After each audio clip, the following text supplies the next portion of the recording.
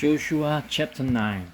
Now, when all the kings west of the Jordan heard about these things, those in the hill country and the western foothills, and along the entire coast of the Great Sea as far as Lebanon, the kings of the Hittites, Amorites, Canaanites, Perizzites, Hivites, and Jebusites, they came together to make war against Joshua and Israel.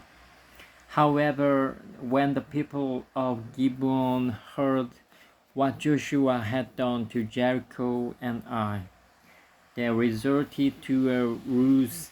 They went as a delegation whose donkeys were loaded with worn-out sacks and old wineskins, cracked and mended. The men put worn and patched sandals on their feet and wore old clothes.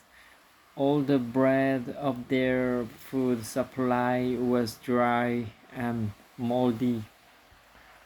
Then they went to Joshua in the camp of Gilgal and said to him and the men of Israel, "We have come from a distant country. Make a treaty with us." The men of Israel said to the Hivites, "But perhaps you live near us. How then can we make a treaty with you? We are your servants," they said to Joshua. But Joshua asked, "Who are you and where do you come from?" They answered,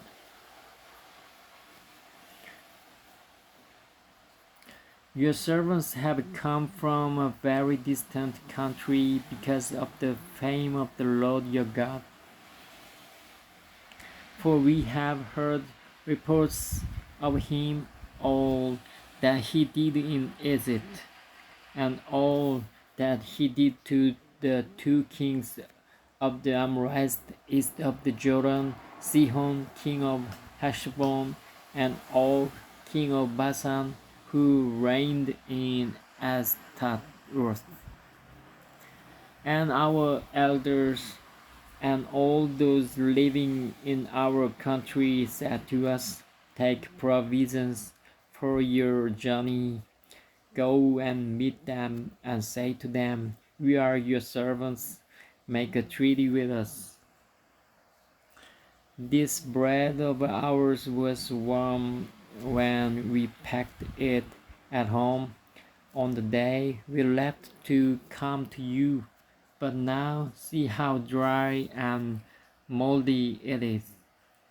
And these wineskins that we filled were new, but see how cracked they are, and our clothes and sandals are worn out by the very long journey."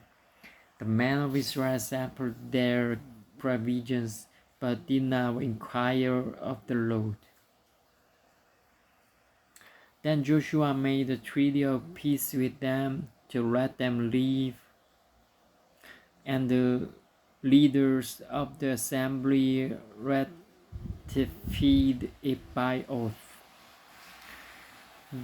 3 days after they made the treaty with the Gibeonites, the Israelites heard that they were neighbors living near them. So the Israelites set out, and on the third day came to their cities,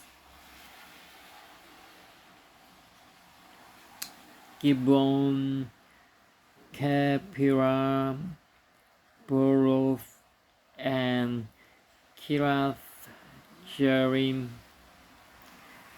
But the Israelites did not attack them, because the leaders of the assembly had sworn an oath to them by the Lord, the God of Israel. The whole assembly grumbled against the leaders.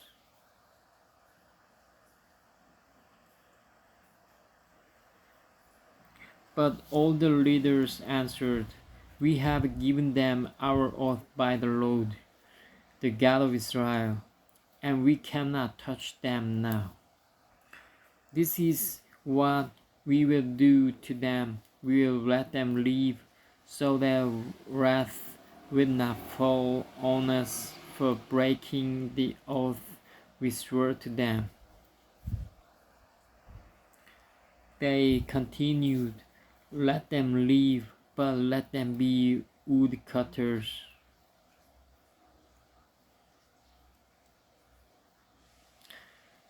And water carriers for the entire community.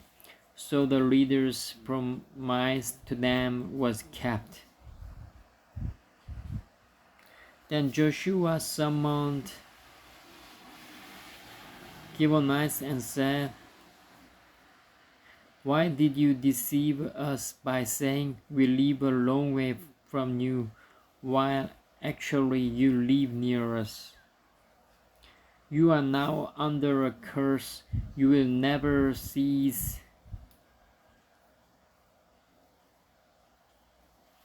to serve as woodcutter